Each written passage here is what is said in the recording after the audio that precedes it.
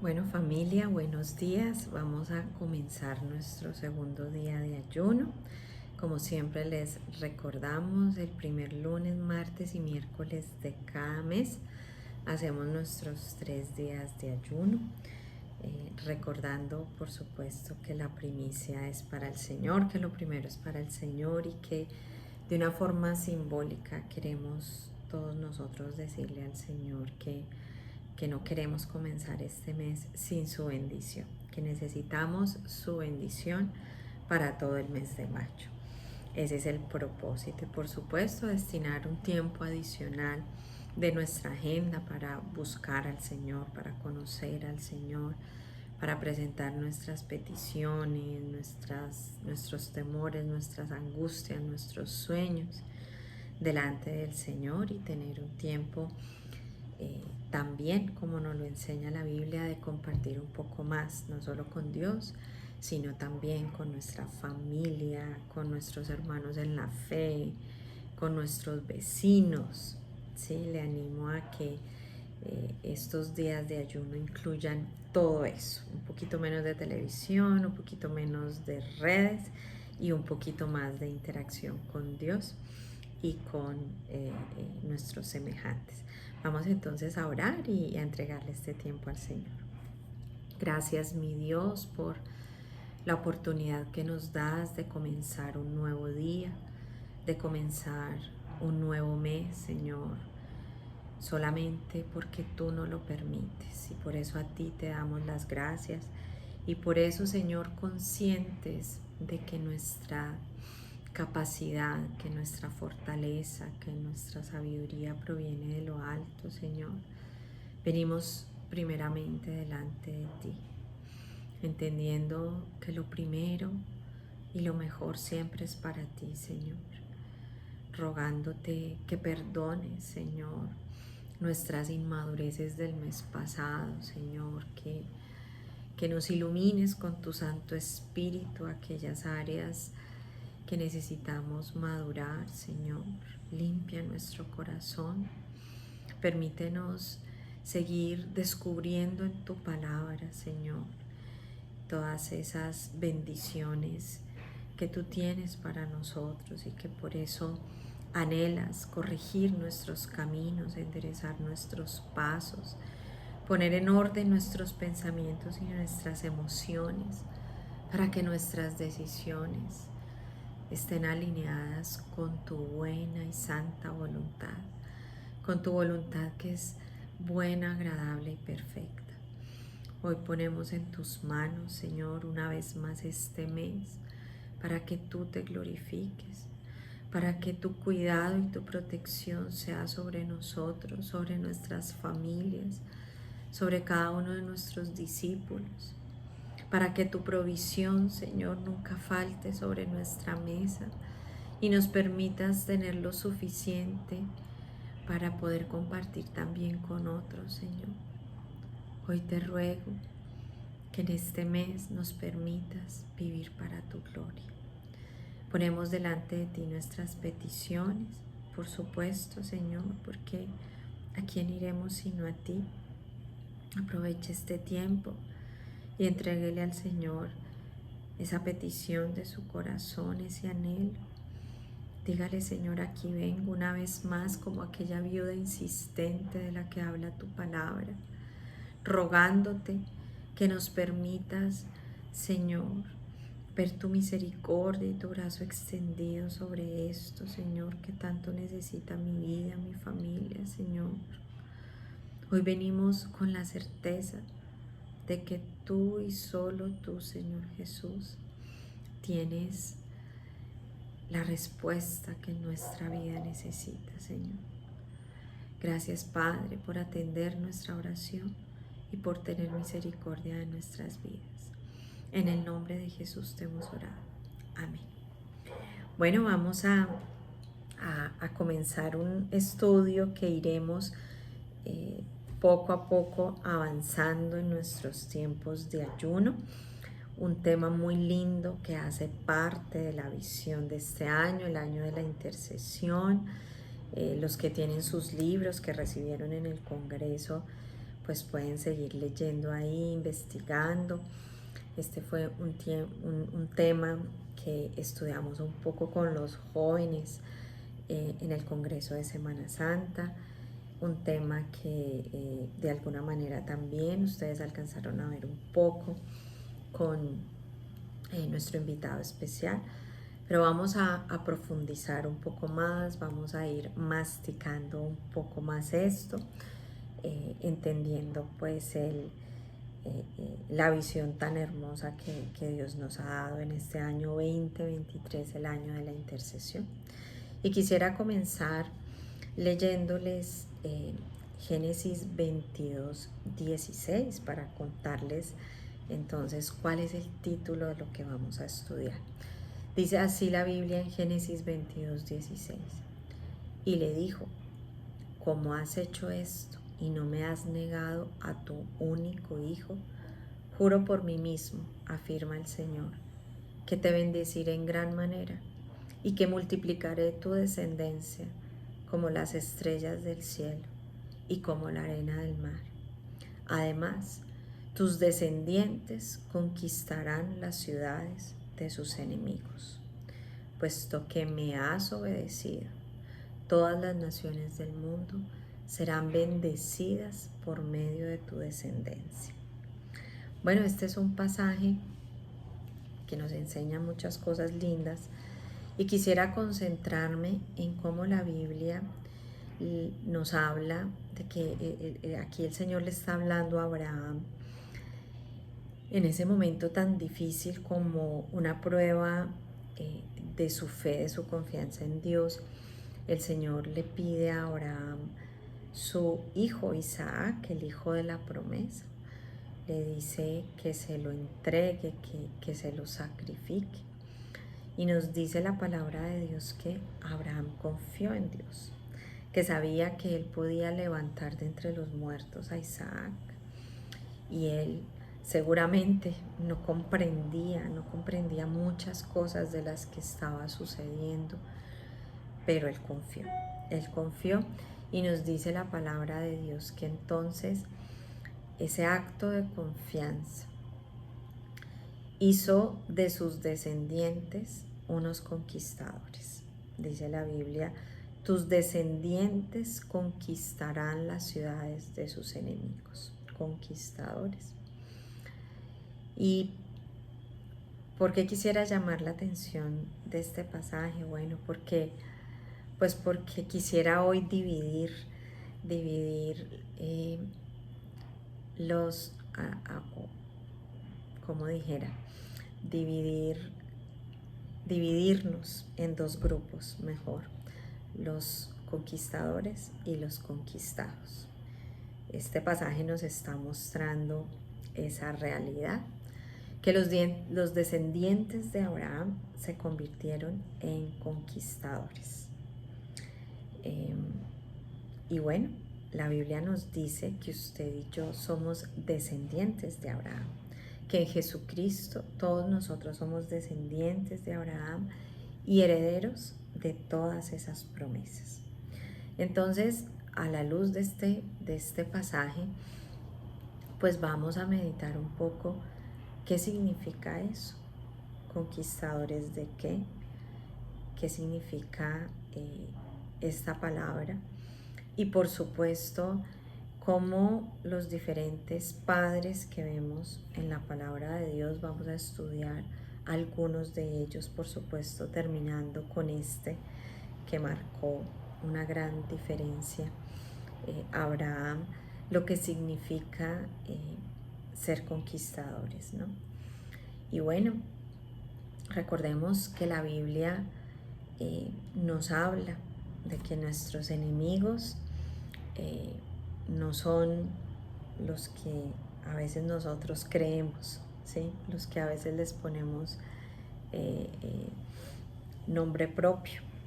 La Biblia nos dice claramente que nosotros tenemos tres enemigos, ¿cierto? Hemos estudiado varias veces, hoy quisiera recordarlo: el mundo, el diablo, dice la Biblia, el mundo, el demonio y la carne son esos tres enemigos que tenemos todos nosotros, enemigos que son invisibles, invisibles a nuestros ojos, pero no a los del Señor, pero no a aquella persona que está caminando con la sabiduría del Señor. Y el Señor quiere hacer de nosotros aquellos hombres y mujeres que conquisten estos tres enemigos, y aún más los que somos padres, los que somos líderes. Quiere formar en nosotros aquella clase de padres, aquella clase de líderes que le enseñen a sus descendientes a ser conquistadores.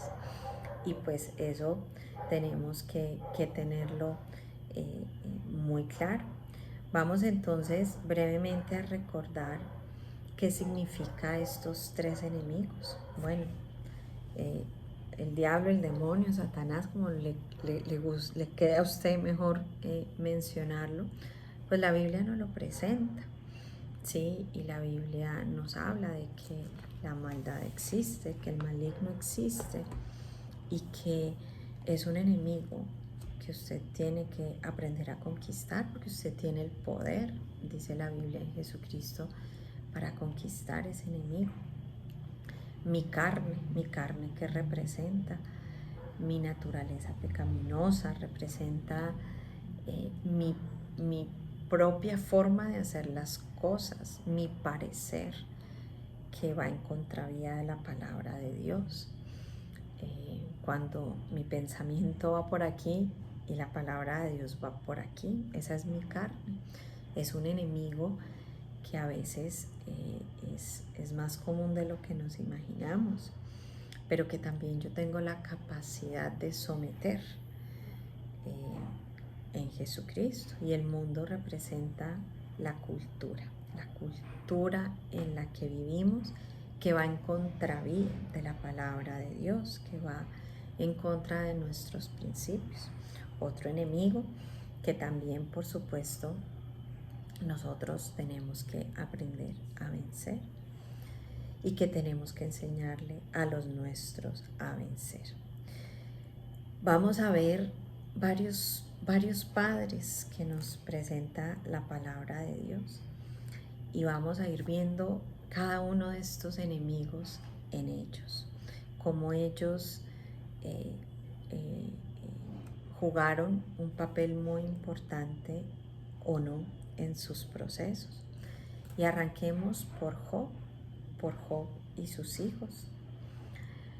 Recordemos que la palabra de Dios nos dice que el enemigo se acerca a la vida de Job y que Dios le permite actuar y quitarle a Job muchas cosas, entre ellas sus hijos, ¿sí? Y vamos entonces con esto en mente a leer Job 1 del 4 al 5. Dice así la palabra de Dios. Los hijos de Job se turnaban en preparar banquetes en sus casas e invitaban a sus 3 hermanas para que celebraran con ellos. Cuando las fiestas terminaban, a veces después de varios días, Job purificaba a sus hijos. Se levantaba temprano por la mañana y ofrecía una ofrenda quemada por cada uno de ellos, porque pensaba, quizá mis hijos hayan pecado y maldecido a Dios en el corazón. Esta era una práctica habitual para Job. Y quisiera también que leyéramos, leímos el versículo 4 y 5, pero leamos los versículos anteriores del 1 al 3. Había un hombre llamado Job que vivía en la tierra de Uz. Era un hombre intachable, de absoluta integridad, que tenía temor de Dios y se mantenía apartado del mal. Tenía 7 hijos y 3 hijas. Poseía 7,000 ovejas, 3,000 camellos, 500 yuntas de bueyes y 500 burras. También tenía muchos sirvientes. En realidad, era la persona más rica de toda aquella región. Bueno, analicemos un poco este ejemplo a la luz de ¿somos conquistadores o somos conquistados? ¿Cuál es el enemigo que esta historia nos permite identificar claramente? Bueno, en el capítulo 1 usted puede leerlo, ese enemigo se llama Satanás, ¿sí? Que empezó a rodear la vida de Job y de su familia, como también lo hace con la nuestra, ¿sí? La Biblia nos dice que el diablo anda como león rugiente buscando a quien devorar, ¿sí? Él empieza a acercarse, pero Dios, dice la Biblia, no permite que toque la vida de Job, pero sí la vida de sus hijos. Y la pregunta que nos podemos hacer frente a esta situación es: ¿por qué la protección de Dios no estuvo sobre la vida de sus hijos y sí sobre la vida de Job? Bueno, una de las respuestas muy evidentes puede ser que aunque Job era un hombre intachable, un hombre temeroso de Dios, sus hijos no lo eran. Nos dice la Biblia, lo único que sabemos de estos hijos es que vivían de banquete en banquete. Nos está diciendo que eran 10 hijos, que cada uno hacía un banquete, que se turnaban, eso que era un jolgorio y una fiesta diaria. Tenían mucho dinero, Job era un hombre demasiado rico. No sabemos si nos podemos preguntar frente al texto a qué horas trabajaban, a qué horas hacían todo lo que la Biblia nos narra Job sí hacía. No solamente trabajar, sino cuidar a la viuda, al huérfano, ayudar a la gente. La Biblia nos narra a lo largo de todo el libro de Job la agenda tan apretada que él tenía. Bueno, esto parece que eran unos hijos que disfrutaron de la riqueza de su padre y que no aprendieron ni de la fe de su padre, ni del trabajo duro de su padre, y se dedicaron a eso, ¿verdad? Como a veces vemos, lastimosamente a veces vemos padres que se han esforzado por darle todo a sus hijos y que sus hijos no valoran la fe de sus padres, no valoran el esfuerzo de sus padres, no valoran todo lo que se ha hecho por ellos. O usted y yo podemos ser también esa clase de hijos que hemos recibido de parte de nuestro Padre Celestial, el mejor ejemplo que hemos recibido en nuestro Señor Jesucristo, el mejor ejemplo, pero que sin embargo no valoramos el sacrificio de la cruz, que sin embargo no valoramos el haber sido llamados y escogidos, y que desperdiciamos tanto nuestra vida en cosas efímeras, y que hay poco y nada en nosotros de tiempo para Dios, de tiempo para servir a otros, de tiempo para ser instrumentos de bendición para nuestra familia, para nuestra sociedad. Así se fue la vida de los hijos de Job. Y la Biblia nos dice que Job hizo algo muy importante, que era orar por ellos. Pero lo que no nos narra la Biblia es que él haya orado con ellos, que él haya no solamente tenido ese tiempo a solas de orar por sus hijos, sino de llevar a Jesucristo a su casa, de llevar la palabra del Señor a la casa de ellos, meterse en esos banquetes, ¿cierto? Y de pronto ser estorbo para que ellos vivieran una vida, no solamente o no con la mirada puesta en las cosas de la tierra, sino sobre todo con la mirada puesta en las cosas del cielo. Esa es una reflexión que también podemos hacer nosotros en la vida de Job, que entonces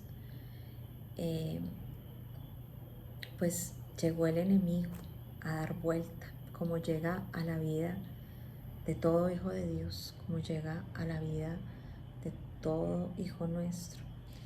Pero ellos no estaban espiritualmente fortalecidos para ser conquistadores, para vencer a este enemigo. Familia, meditemos en este día de ayuno. ¿Está usted fortalecido como lo estuvo Job para vencer este enemigo? Porque ciertamente Satanás no triunfó sobre Job. El final de la historia nos muestra que Satanás no triunfó, que triunfó fue el Señor, y que la vida espiritual que tuvo Job lo llevó a ser un conquistador, pero no a sus hijos. Meditemos hoy como hijos. ¿Va usted a repetir la historia de los hijos de Job, que no apreciaron el legado espiritual que recibieron, sino que se dedicaron a las cosas de la tierra? ¿O vamos a vivir como Job, que teniéndolo todo, porque Job lo tenía todo, él aprovechó cada día para vivir como a Dios le agradaba, amando a Dios, buscando a Dios, sirviendo a Dios y sirviendo a su prójimo? Meditemos, familia, como padres en este día de ayuno. ¿Cómo estamos nosotros haciendo de nuestros hijos unos conquistadores frente a un enemigo real que está rondando sus vidas, que se llama Satanás? Nosotros tenemos que hacerlos conscientes. Y quiero decirles que yo se los dije muy de frente en el congreso que tuvimos en Houston, y por supuesto en Cali también lo hemos hablado con ellos. La maldad existe, el diablo existe, y ustedes no van a poder resistirlo si no tienen una vida espiritual, si no viven la vida, el legado espiritual que han recibido. Y yo les daba el ejemplo de la alabanza. Les decía, ¿por qué creen ustedes que alabamos al Señor? Alabamos al Señor porque lo amamos, porque es un lenguaje de amor de un hijo con un padre, pero también lo alabamos porque la Biblia nos enseña que en medio de la alabanza el enemigo huye, que cuando el corazón se dispone a alabar al Señor, el ambiente espiritual en mi vida cambia. Mi espíritu, mi alma y mi cuerpo son fortalecidos. Por ejemplo, por eso alabamos al Señor, por eso ayunamos, por eso no nos dejamos de congregar, por eso vamos a los congresos, por eso vamos a las vigilias. Porque una vida que no le dedica tiempo a todo lo que representa en la vida de Job, elevar holocausto, elevar sacrificio, pues será un conquistado, será del grupo de los conquistados por el enemigo. No permitamos que esa sea nuestra vida, ni que sea la vida de nuestros hijos. Por allá nos contaban una vez un testimonio muy lindo, uno de nuestros discípulos, y lo ha contado, bueno, públicamente, que dedicaban un tiempo de alabanza con la familia al Señor. Bueno, ¿qué tal si en el día de ayuno que tenemos a la semana tomamos esa decisión? Esta noche no hay televisión, vamos a cantarle 2 cancioncitas al Señor y vamos a orar. Váyale subiendo a los tiempos de orar con su familia, de orar con su esposa, su esposo, con sus hijos, con sus padres, con los que vive a su alrededor. No se trata de solo orar por ellos, se trata de orar con ellos, y vamos cambiando el ambiente espiritual de nuestras casas para ser entonces unos conquistadores. Bueno, familia, con esto en mente, los invito a que oremos y seguiremos más adelante estudiando otros padres que nos enseñan bastante sobre este tema. Vamos a estudiar un poco, les adelanto, vamos a seguir profundizando un poco más con Elí y sus hijos, con Lot y sus hijos, y por supuesto con Abraham y su hijo, que formó una descendencia de conquistadores, como lo tenemos que ser todos nosotros. Oremos. Padre, gracias por este tiempo tan hermoso, Señor, por tu palabra que nos está permanentemente recordando que hemos recibido la herencia de conquistadores. No permita, Señor, que nosotros nos conformemos con menos que eso, Señor. Ayúdanos, Señor, a seguir subiendo el nivel espiritual, no solamente de nuestra vida, sino de nuestros hogares, Señor. Y que nosotros y nuestras familias, Señor, tengamos la vida espiritual suficiente, las herramientas espirituales suficientes, porque tú nos las has dado, Señor, para vencer este enemigo, Señor, que está como león rugiente buscando a quien devorar.